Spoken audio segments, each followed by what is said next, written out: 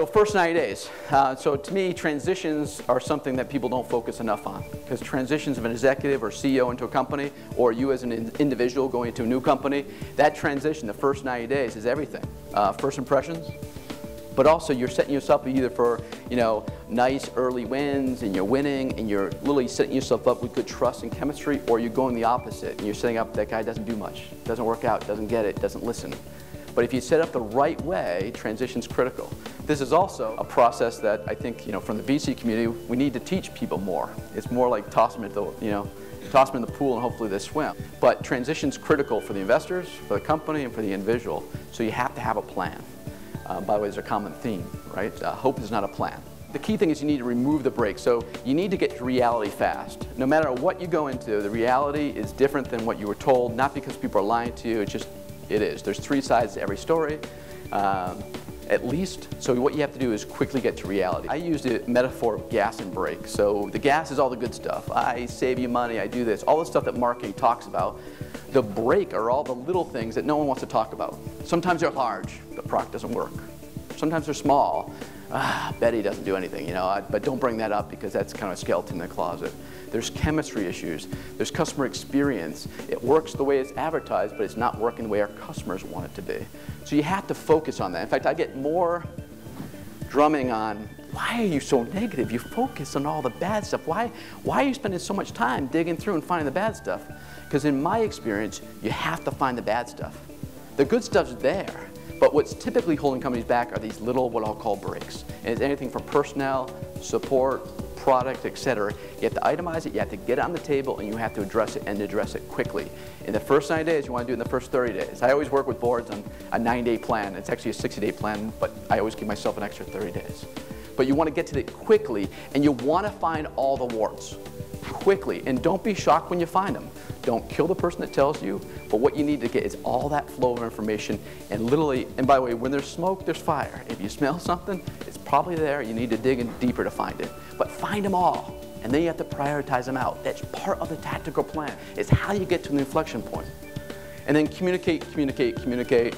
I come after a couple CEOs, and the biggest problem, they didn't communicate openly and honestly with the board, and they seem to have this lack of trust or chemistry. Same thing with teams. It can happen between boards and founders, or boards and management teams. The key thing is be completely transparent. And along the entire process, you're communicating with individuals, your team, the entire company. As a startup, get the whole company together. Even if there are 2 locations, video conference, bring people in, but you literally sit and you actually talk, you take time, and I'm constantly communicating as we're going through this process, because you're also taking the company through it. You're about to make some changes. How do you bring people along so it becomes their idea, and the whole company's behind you and bought in, compared to trying to keep it to yourself and springing on them 6 days into it. Bring them along for the process. You have to map the tactics and the strategy to the situation you're in, which I'm going to go through a little bit. There's some good frameworks out there to see where you are in the industry as far as product adoption. And you have to understand early market, early majority market, are you crossing the chasm? Where are you in that space? Directly changes your tactics and your strategy. And if you're not looking at some of these frameworks and applying it, you're probably wrong.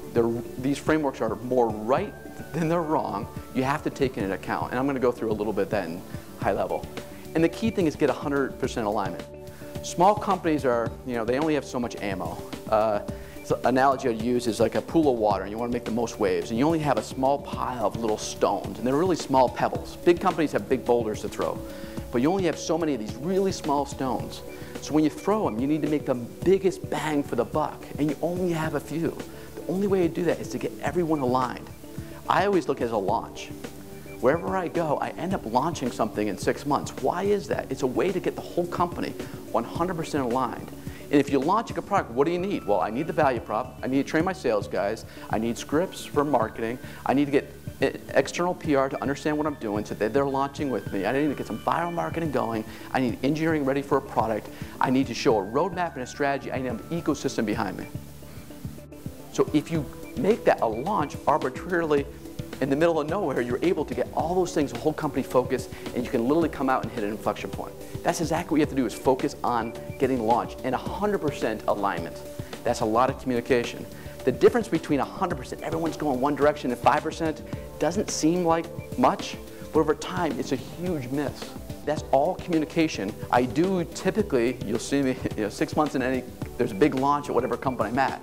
Even if it's not launching anything new, it's a way I use to get the whole company aligned, communicating, and also it's a way to get boards involved, and you know exactly what you're doing. And you go back to the world and you re-announce yourself, even though there's nothing new, or if there's something new. There's always something new.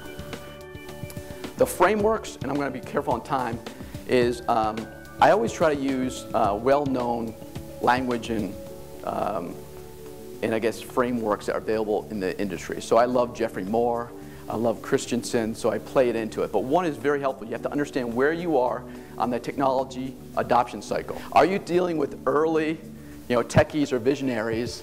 You got 10 customers, you got one that really believes, and boy, he's out there talking about it because he loves it. He's a visionary, and you're his platform to speak. Or are you more to the early majority? By the way, exactly what you say, who you put in the field, what material, what you sell, and what you deliver is dramatically different here to here. It's called the chasm. But the key thing is he said, here's an early market, technology enthusiasts, visionaries, they get it. You sell them by just kind of, hey, this is what I got, what do you think? And they kind of do their own thing. They don't need a lot of support. They don't need repeatability. They want to be the pioneers. They don't want to be the 10th guy. They want to be the first guy. They're willing to get burnt. Very different way to sell to that guy and support that guy compared to what you really want to get to is early majority, which is more herd. I'll do it when the next 10 guys do it.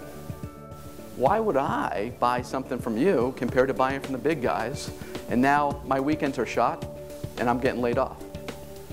In the end, you're selling to different people. What you say, what you propose, and how you support changes completely opposite between those two. So there's a methodology how to cross that chasm. There's a book about it that you can read, and it's 90% right. You have to apply it in your own way. But how do you get across it? It's making it repeatable on the other side. It goes from do anything, get the best product, and whatever you want, Mr. Customer. Oh, you want it red, yellow, green? Done. I'll give you mauve. Oh, and I'll come back 6 months from now and repaint it for you. It changes dramatically, by the way, what you need to do that, and the attitudes and the people and the capital, compared to the other side, which is, hey, take it, it's black. Well, I want green. Well, it comes in black. It's a very different, and that's where most startups, how many people know a bunch of startups that have 20 customers, 1 or 2 really referenceable, and that's it, because you get stuck in the chasm. The other thing I like about it is I communicate with my teams this way, and it gives me a plan how to develop my team, how to hire them, but also how to take people to the next level of their own careers. What happens is you can tell on the different disciplines how hard it is, and I'll give you an example. So in crossing the chasm, the light bulb, right? So R&D is really expensive. You're building something, and whatever the customer wants, you got to do. It's really exciting for the engineers, by the way. They love it. No boring QA, no boring, hygiene stuff. The real development. Ops doesn't have to do anything. The engineers take it with them under their shoulders. There is no ops. Services, well, they're engineers. They're making whatever the customer wants, and they're changing it every Monday, Tuesday, Wednesday.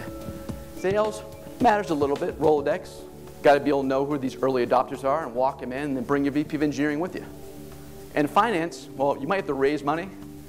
But than that, just you're cutting checks. It changes when you go into the bowling alley, and this is typically where guys like me appear. It worked out well, but they can't make it repeatable. It's the bowling alley. You cross the chasm. How do you do that? And it changes rather dramatically. Finance is even less because literally you're writing checks every month. You're not making money. What you're trying to do is not get to scale, but make it repeatable. Sales is easy. In fact, sales guys don't like this. Sales and engineers don't like this phase because you have to say, don't get me those other deals. Get me one that looks exactly like that last one. Well, that's hard to do, and it's really boring, and sales guys don't like to do it. So in general, it's a pit of where sales guys want to be. Services, a little bit more repeatable. Ops, a little bit more, but R&D goes way down because all of a sudden now R&D, you have to do hygiene, APIs. This guy would make it repeatable, harden it, get the QA. Sales guys and engineers hate it. So literally, just to give you a feeling of how it works, twice I've been given awards after, joke awards by my employees. This is one from Avamar. After we got through this and it launched off, we had this ed release. They called it a release, which they call it internally Alcatraz. They didn't tell me this. And they started naming all releases after that after a California-based state penitentiary. And the next one was Baker. But literally, because they were just so sick of someone making them just fix bugs. Engineers hate that. Just like sales guys hate finding a repeatable model. They want to move on the cooler things. If you also take your employees through this is repeatable. Hey engineers, it's going to get a little bit boring, but that's what we have to do. You have to get us through it.